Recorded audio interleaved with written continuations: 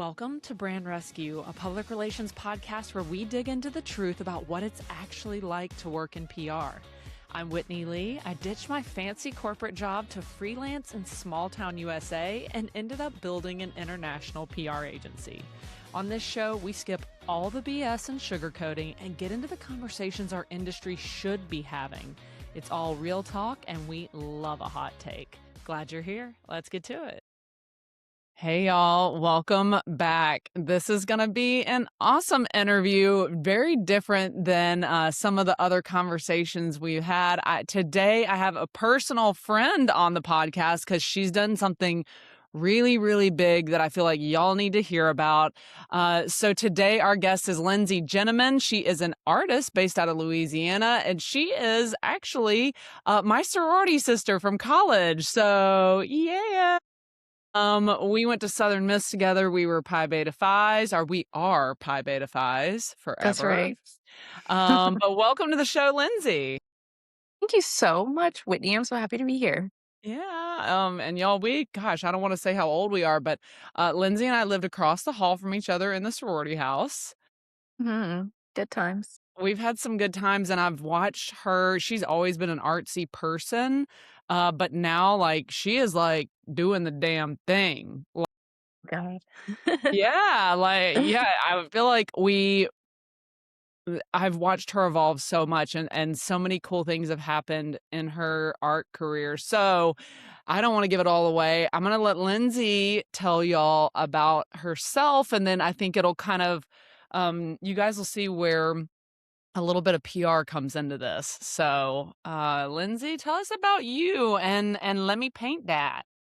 Okay. Well, hey, yes, as Whitney said, I'm Lindsay Jeneman. I am living in Louisiana, and I'm from Louisiana. And I love to paint, anything. That's how the name Let Me Paint That kind of came to be. I started this when I was an art teacher, actually. And I wasn't supposed to do this, but I'll tell you about it now. I was definitely painting on the job. I was painting some dare pet you. portraits. Yeah, I know. I just started painting some pet portraits for some extra money.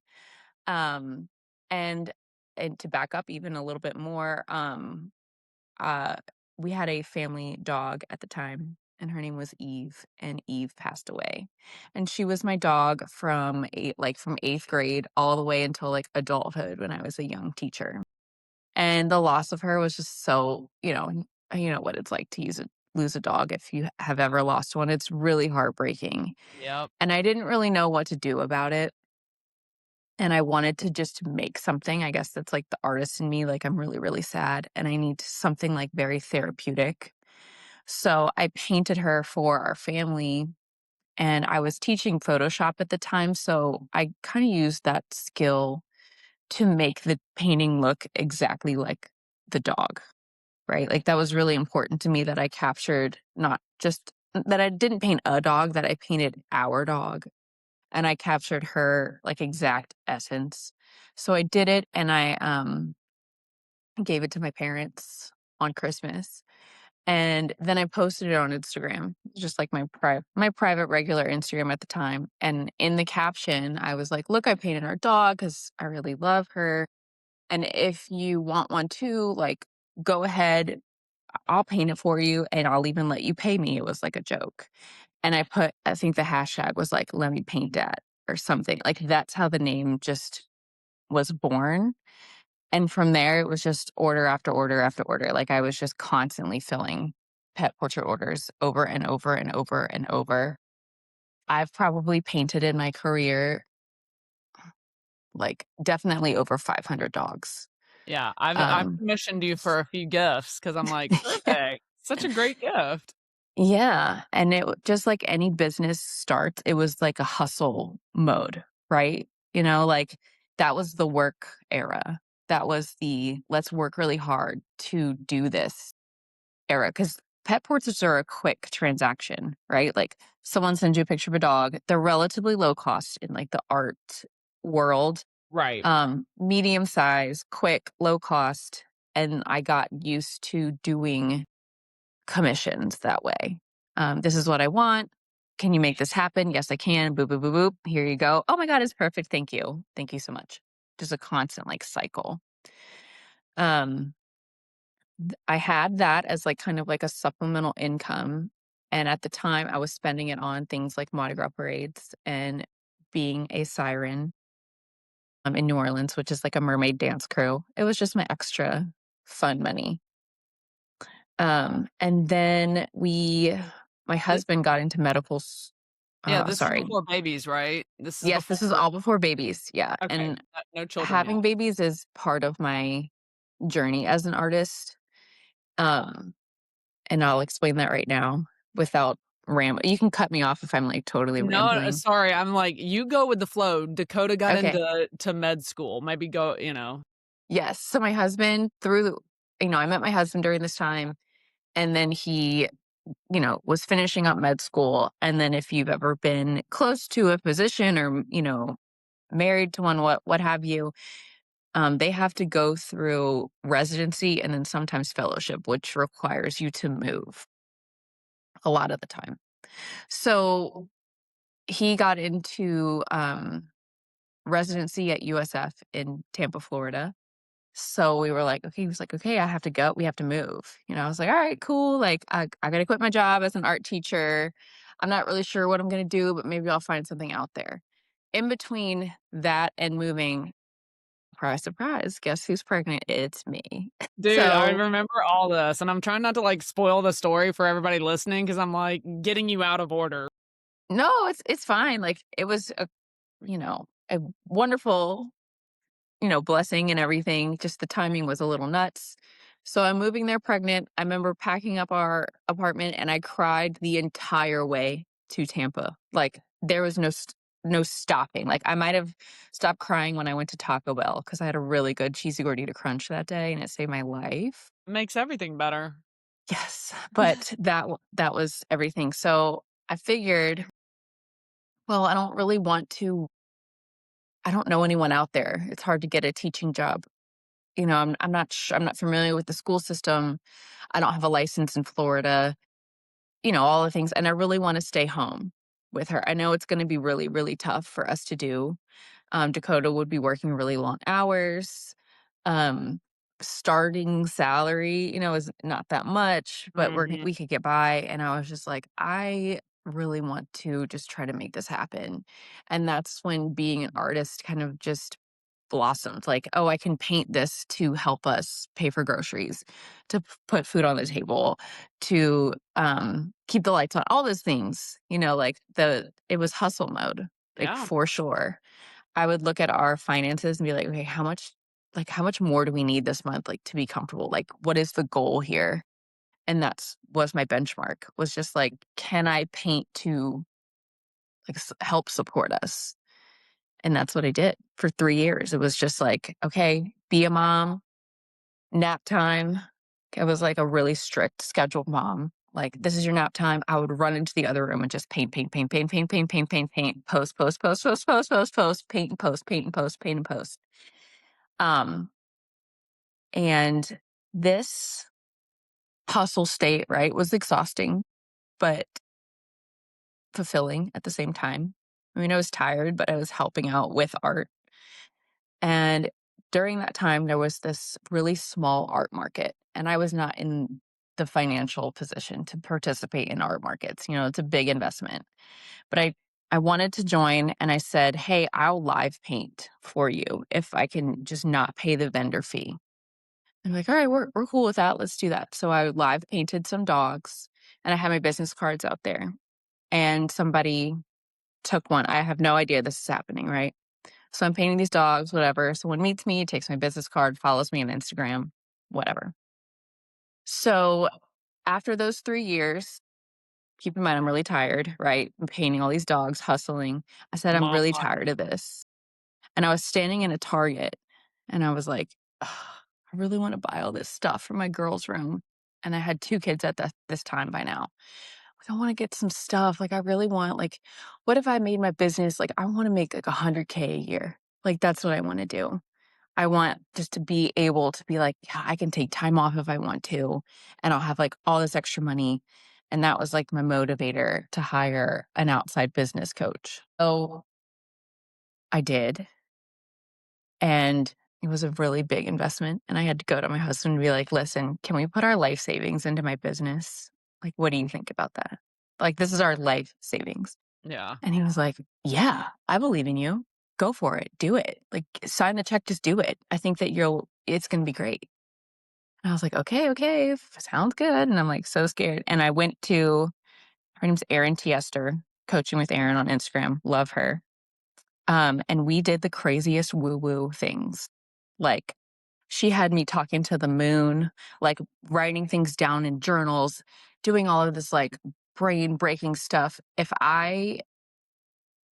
while I was in it, it was so crazy. And if you would have told me you would have spent all this money on this person to do this, I would have thought you were nuts. But it pushed me to start to kind of say no to pet portraits, right? Like I still had orders coming in, but I had to tell people, I'm not doing this right now. I need to focus on art that I want to make. Mm-hmm. And it was really scary to invest a bunch of time in something kind of big and luxurious that takes a lot of time. It takes a lot of supplies. You're wondering in your head, like, will people even buy this? And that's when I made this big alligator. Her name was Bertha. And I like cried making it. I know that sounds really dramatic, but I was so scared. Okay. And I posted it, and then someone bought it, but that's not even the best part of the story. That person from that little market where I was live painting said, I work for Outback Steakhouse and we love what you're doing. And I want to know if you want to paint something for our restaurants. And it was just one at the time. And I was like, are you kidding me? Like, I thought it was a joke. Like, it was from her personal Instagram. And I was just like, Wait, she bought Bertha or just from no, the no, no, Bertha no. post? Okay. Somebody Okay. bought it, but the person that took my business card at the small market was the one to DM me. Gotcha. This is around the time that you posted Bertha and it sold. Exactly. And this person had been following me for like years, just kind of standing there waiting, maybe waiting for me to do something. I'm not sure, but she was just following. You know what I'm saying? Following, a fan, Yep. whatever you want to call it. And then boom, I did the thing. Like I did the brave thing and I put it out there. And then it just like snowballed and blossomed from there. One commission became 12 commissions, and then that became hundreds. And now my work is in over like 300 Outback Steakhouses. And in the US, there's more coming outside the US that I Really? can't really talk about it right now, but there's I some did not exciting know that things. part of the story. Yeah, there's exciting things in the works for doing some things outside the US too. Okay, So it's I still didn't happening. wait, there are Outbacks outside of the US? Yes, there's one in Qatar and there's one in Japan and Ah, there's a bunch more. Yeah. So, well, I I think did there's not. one coming soon in Japan. I'm not sure. But I don't know if I'm supposed to talk about that. I don't know. Oh, well, hopefully Outback doesn't stumble upon this. Yeah, yeah.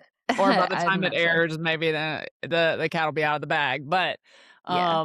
okay, so tell us a little bit about the partnership. Like, obviously at first it was just like a commission, right? Of like, hey, paint it for this store. But then it became like, creating something unique for each store, right? Like, how did Exactly, how did you yes. negotiate all that? Did they just come to you and say like, this is what we're willing to pay you, or like, because this is a lot of time. I remember like, how did that all come about? Like the actual negotiation of it. That was just like a one day at a time thing. Like negotiating it was so exciting, but it was really nerve-wracking, and I was I wanted to position myself to where I was an easy yes for them, like, and that the relationship was just easy on both ends. Like they would request something, they'd give me some parameters, and then I would do it and they would love it. And it was just a really good relationship.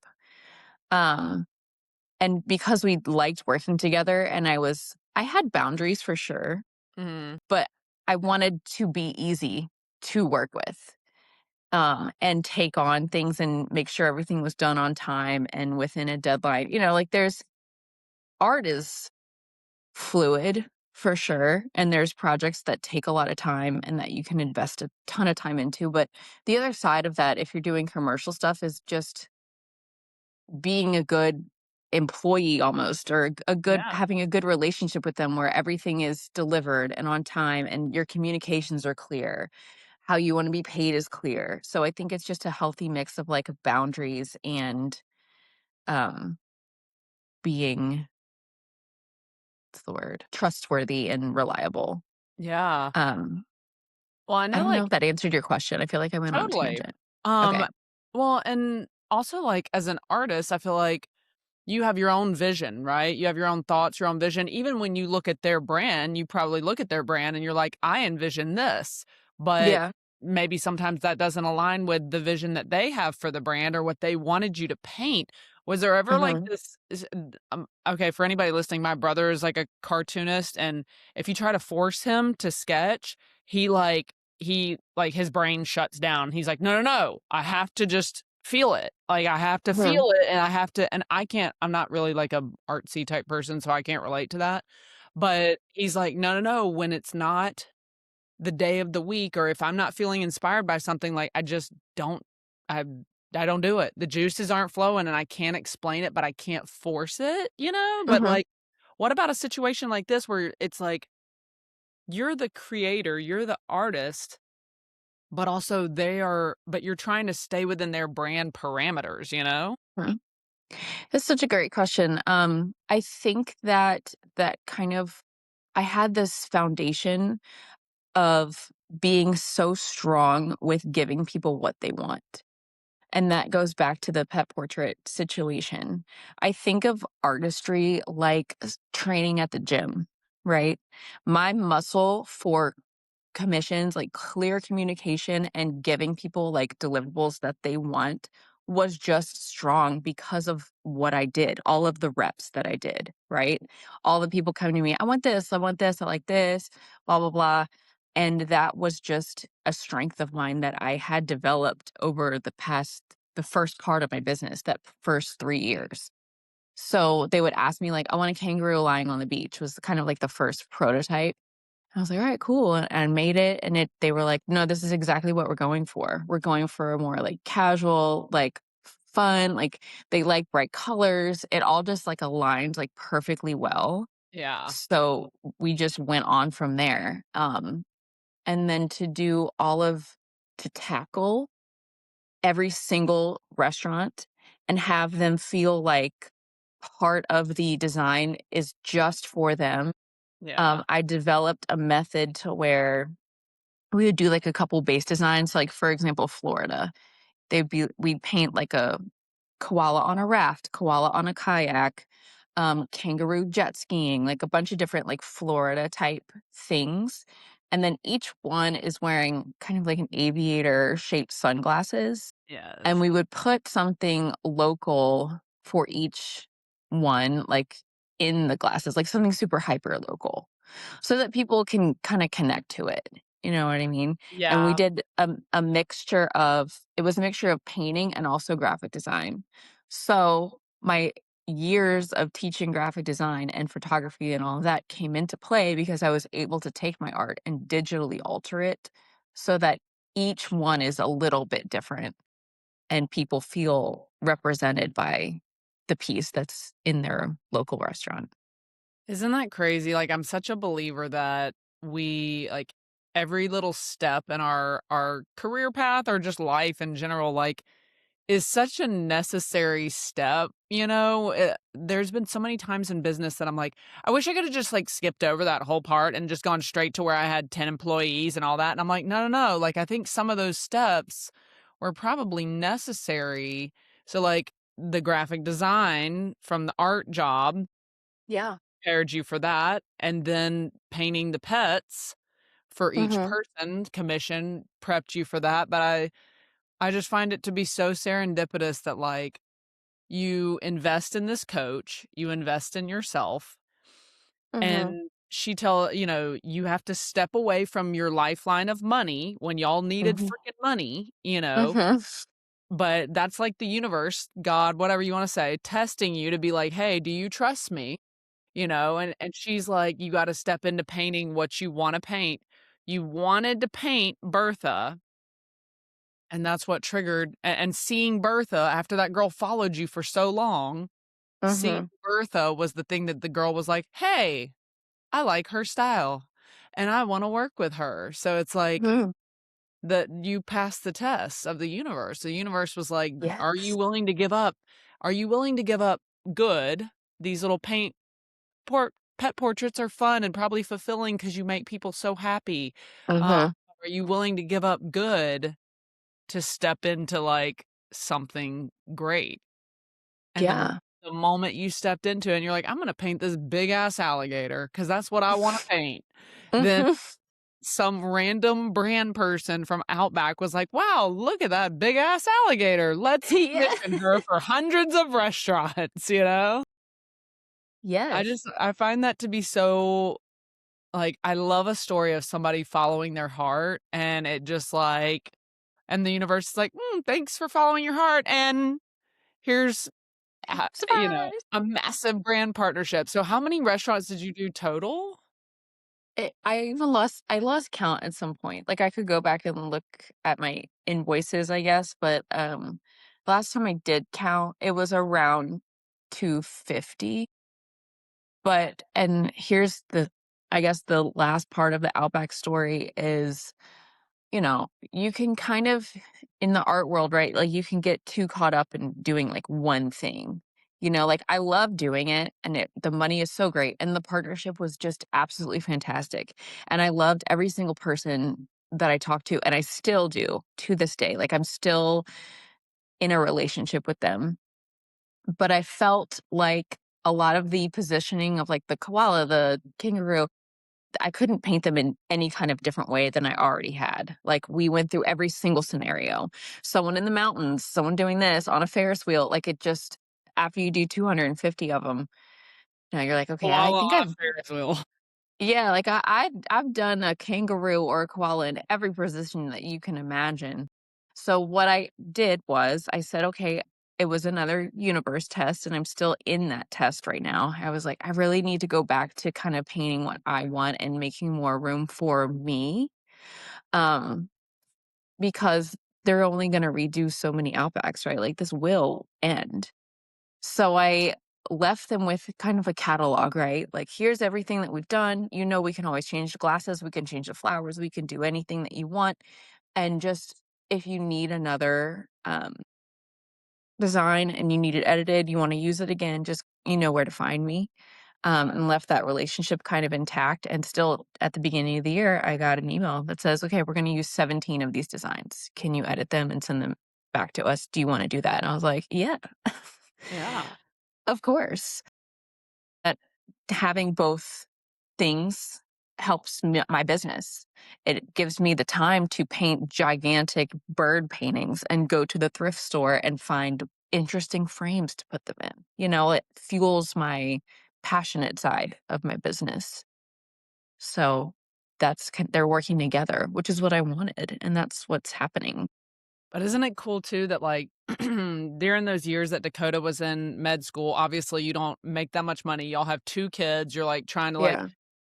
the universe handed you this, like, very, um, lucrative opportunity, and then by the time you finish the 300 restaurants or whatever, Dakota finally finished med school, so, like, he can kind of jump back in and carry a little bit of the financial weight, and that can allow you to step back into, like, painting your Zodiac collection or whatever, Yeah.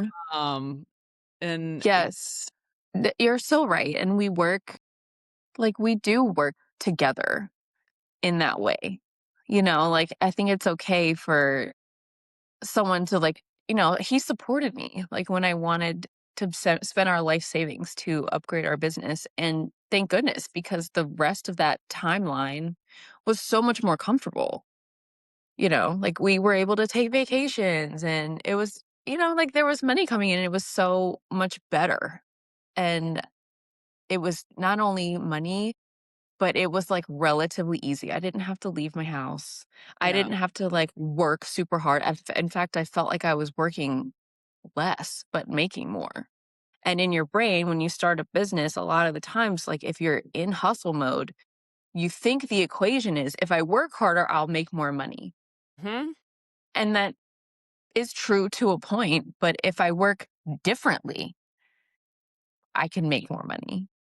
And that's kind of the shift that happened after the hustle phase.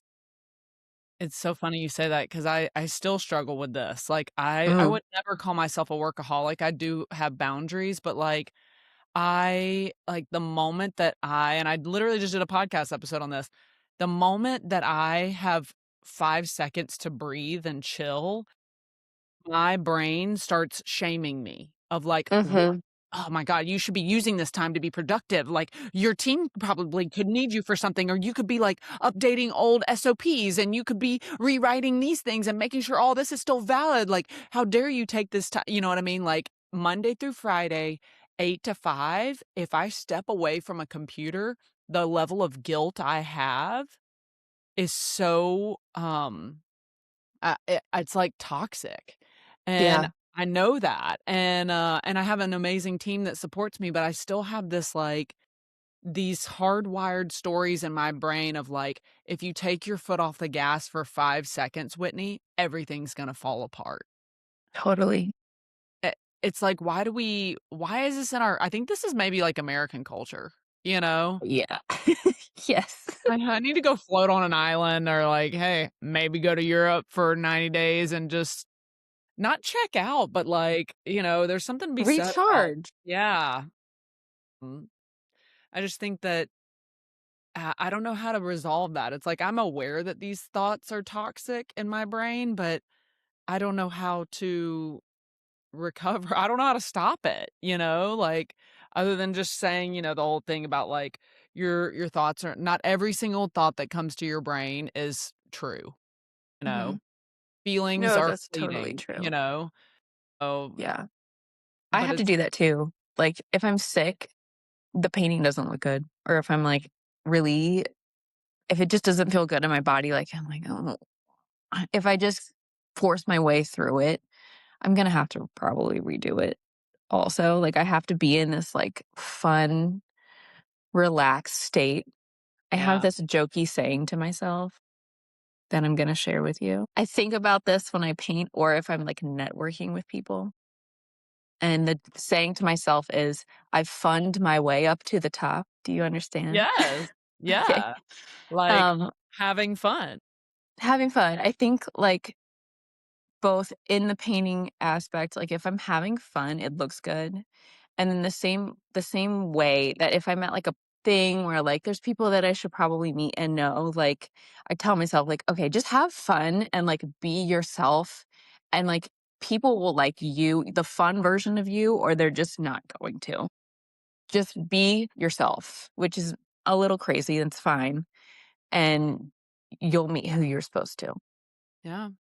Even, like, putting stuff out for True Story or whatever, the more and even this podcast, like, the more the episodes that I've tried to, like, that we're talking about tactical stuff, like, the Instagram algorithm has updated, like, I nobody cares. know. Nobody I cares. know, I don't You know what care. people care about is, like, the episodes when I talk about, like, getting a divorce and, like, or, like, all the stuff that I screwed up in the business or Yeah. how like, all this kinda stuff, like, it's so interesting how that tactical stuff, like, nobody really cares. Like, people, I think we are just starving for connection with human beings in a world now Mhm. that everybody's stuck behind a desk or a screen. It's like, the moment you hear something real, especially with AI now, the moment you identify something is really real, then you're like, we latch on to that and connect, Yeah, you know? totally, totally. We're just humans needing other humans, I know, which I and think is beautiful. right? And I remember how badly, after y'all went to Tampa and then you went to Charlotte, right? So you were in Charlotte for a while, but I know that y'all were like, okay, listen, to everybody listening out there, I know y'all are from all over and y'all don't understand the South necessarily. But let me tell you something about Louisiana people. I'm not a Louisiana person. I grew up in Mississippi, but I grew up like 10 minutes from the border. So like everybody that I went to college with is all Louisiana people. Anyway, um this is what I've learned about Louisiana people. Louisiana people may leave home and travel all over and have to live in different cities and stuff, but eventually they go home. They always go home. They Mhm. don't wanna be anywhere else. They will feel misplaced for the rest of their life until they move back to Louisiana. It's like Yeah. it is the culture there is so, strong, and I don't even know if I could explain it to y'all. Even her name, like, "Let me paint dat," I'm sure there's people listening that don't even understand the connection to that, you know? Yeah. To dat, ha, ha, ha. Um, Mhm. but I remember when, y'all were in Tampa and you were like, "I wanna go home." Yes. Eventually, you learned to love it, and you became, like, ride or die besties, but you needed to go to Tampa because that's where you connected with the art lady. Exactly. And same thing, you got to Charlotte, and you're like, "Dude, how much longer till we can go home?" Mhm. Mhm. And now Yeah. you made it back home. Tell us what you're doing now and where you are and all that good stuff. Well, yeah, so I went home adjacent, I guess. Lafayette, Louisiana just called to us and it was another universe test because we we do like know people. Dakota's friends from high school and college live here and they have families here and they recommended it to us. So we had that kind of little seed. Um, we didn't know a whole bunch else about it otherwise. I feel like I felt on a subconscious level and that there was just a lot of, like, uniqueness here and creativity and, like, a very interesting art community. I didn't know the details. I knew just, like I had a little sniff, you know what I'm saying? Looked at downtown, I was like, "This downtown is really cute," and, like, it seemed like a flower that was, like, blooming. It's still doing that, like, it still is growing and blooming, and it's very, very unique, and I'm still, like, peeling back the layers as I live here too. I've been here about 2 years, but we are in Lafayette, Louisiana, and it is one of the most unique places I've ever been to in my life, like, we absolutely chose correct. There is such an appreciation for art here, but not even just art, but like community things. I was telling someone yesterday at this food festival that someone again dreamed up. It was the first year. And by the way, this food festival was like a bunch of different countries represented, and you could buy a bite of everything. And it was Mm. someone's idea to, it was like $2 or $3 little bites. So I have food from all over the world, and I'm just like eating these little bites. And I told my friend, I was like, I don't know what it is about this town, but I feel like I can do anything here. Like I can dream up something, an idea or whatever, and people will respond and respect the fact that it will be a journey to make this thing. Like, "Oh, let's start it, let's see it through, let's do it." It's like a group of people that are ready to kind of build things with you. Yeah. And to reveal my community project, I started a dance crew called the Lafayette Shrimpettes out of an idea that I was sitting on. And I was at a book club, and this Stephanie, another founder, was like, "Oh my god, I wanna do this so bad," and she jumped off the couch to go get her boyfriend, who's in the New Native brass band, and said, "Would your band be in a Mardi Gras group, like, with me, like, with her? Like, we wanna do shrimp, majorette glittery shrimp." He was like, "Yeah, let's do that," and the whole thing just snowballed, Yeah. and I brought on another person, Alex, who is in marketing and does branding and everything, and she took my wild ideas, polished them into perfectly beautiful marketing with fonts and all the things, right? Like the brand colors, everything. And that action, like my idea plus the marketing, plus my make it happen girl, Stephanie, we put it on social media and we had over 100 people interested in our dance group. Oh my god, okay, time out. Some people listening don't even know what a crew is, okay? I Okay. have learned that from being in Arizona. Ain't nobody Okay. out here know what a crew is, and they don't know to spell it with a K and a Yeah. W and a E on the end. So, maybe tell Yeah. everybody first kinda like what a crew is, and then I think it'll make more sense. Sure, sure. So a crew can be a couple different things. You can do it as like a Mardi Gras crew where you have a parade with floats, like that's one type of crew. You can also have a dance crew, which is what this is, and they're like heavily themed, super extra, super costumed groups with and a lot of times you have choreography and you attend the parade and it's basically like marching band for adults or like dance for adults. It just continues. I attracted all of the like I was previous cheerleaders. There is a previous professional sensation cheerleader on our team. Like anybody who danced before, did flag team, did majorettes, cheerleading, whatever, was like, "Oh my god, I'm going to dust my skills off for this." And joined us.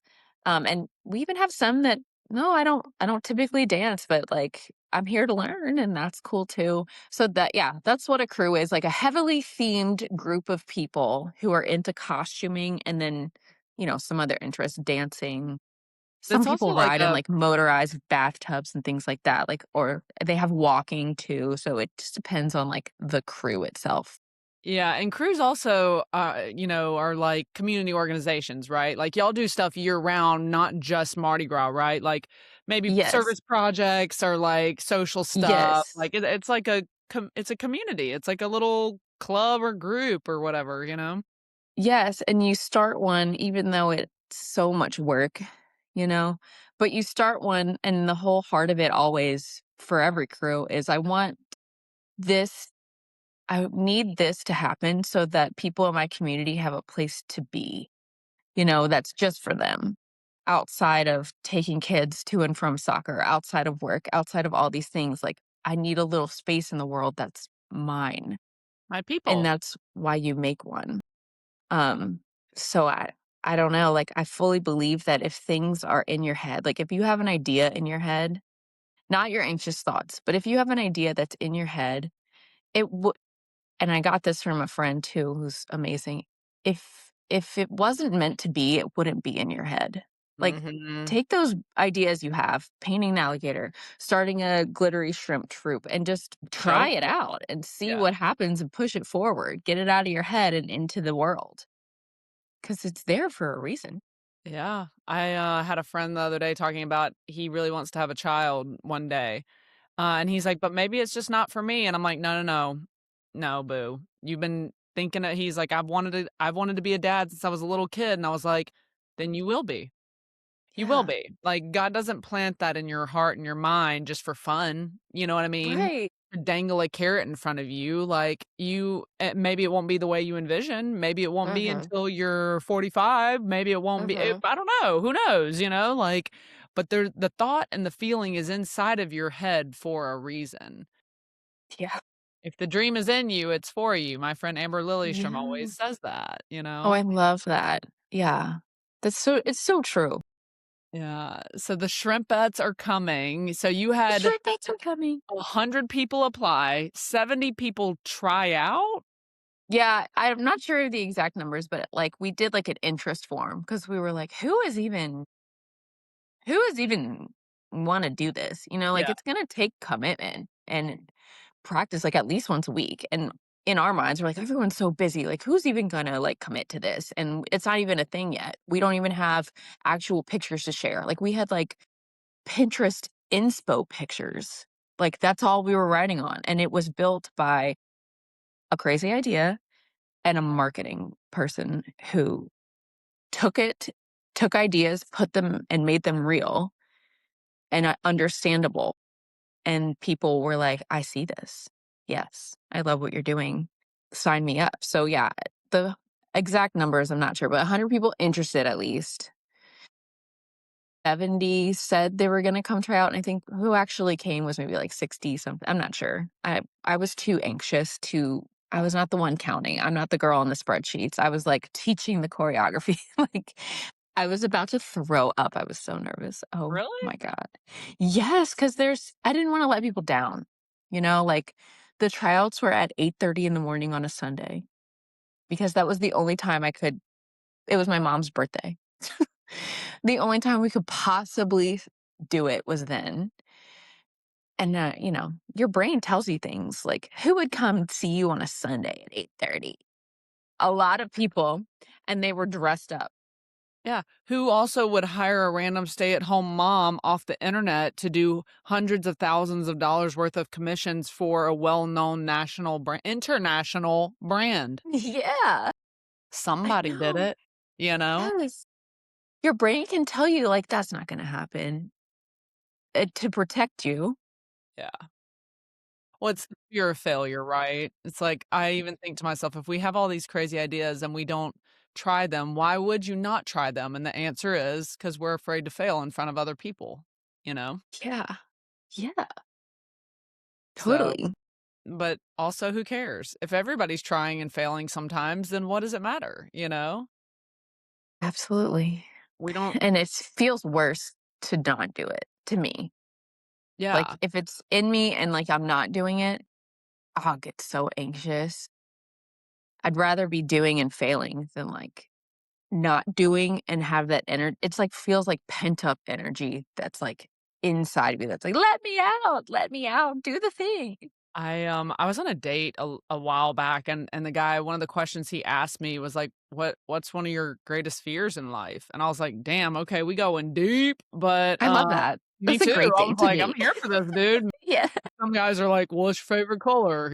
No. Like, oh my god. So this guy's like, "What's your greatest fear?" And I, like, stopped for a second, and I was like, "My greatest fear is, like, not living up to my potential, or getting to the end of my life and having some regret that I didn't try something or pursue something or go somewhere because of some Yeah. perceived, I can't do that. I don't have the Yeah. money to do that. I don't whatever excuse we make up in our brain to keep ourselves safe. It's like whatever you think is keeping you safe is actually the thing that's really holding you back. Yes. Yeah. All of it. So I ever since then I'm like, God, that is my greatest fear, is like not living up to my potential. Mhm. I'll take that one too then. This is a great answer, and it's so true. It's so true. Oh, Well, I am excited to see the shrimpettes come to life. Dude, if I was in Lafayette, I would have totally tried out. Y'all don't know, but, um, your girl can dance a little bit. you can. You would have been perfect. Yeah, I'm like, "Man, I feel like I'm made for this. Maybe I need to move back to the South." Yeah, we'd be happy to have you.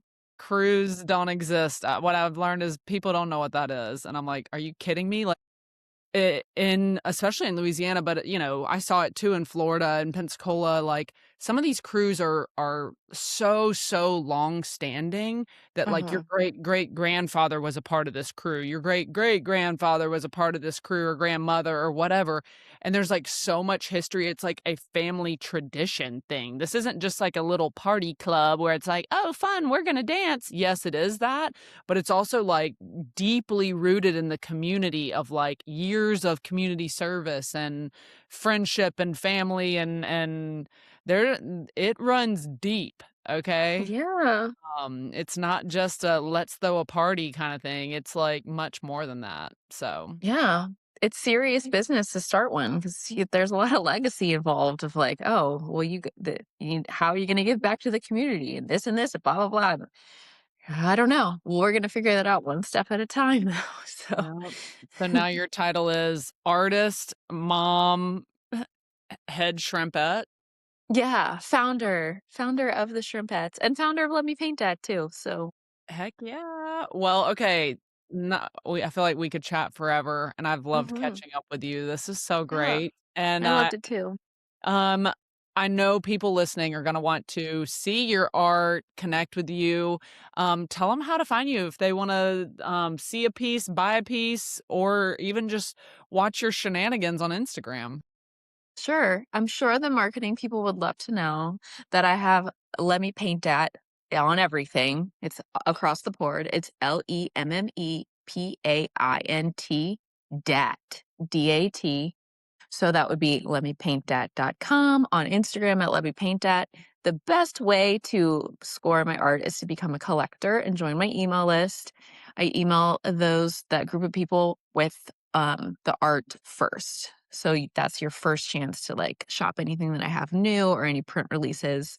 Best way to keep in touch with me is through email. All right, y'all. We will drop Lindsay's links down in the show notes and everything, but check out Let Me Paint That and Lindsay Jeneman. So, all right, sis. Thank you. Thank you for coming on the show. This has been so fun.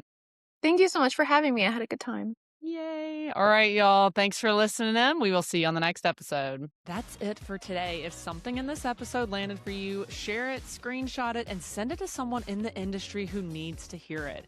And come connect with me personally on Instagram @TheWhitneyLee, or you can find me on LinkedIn. See you next week.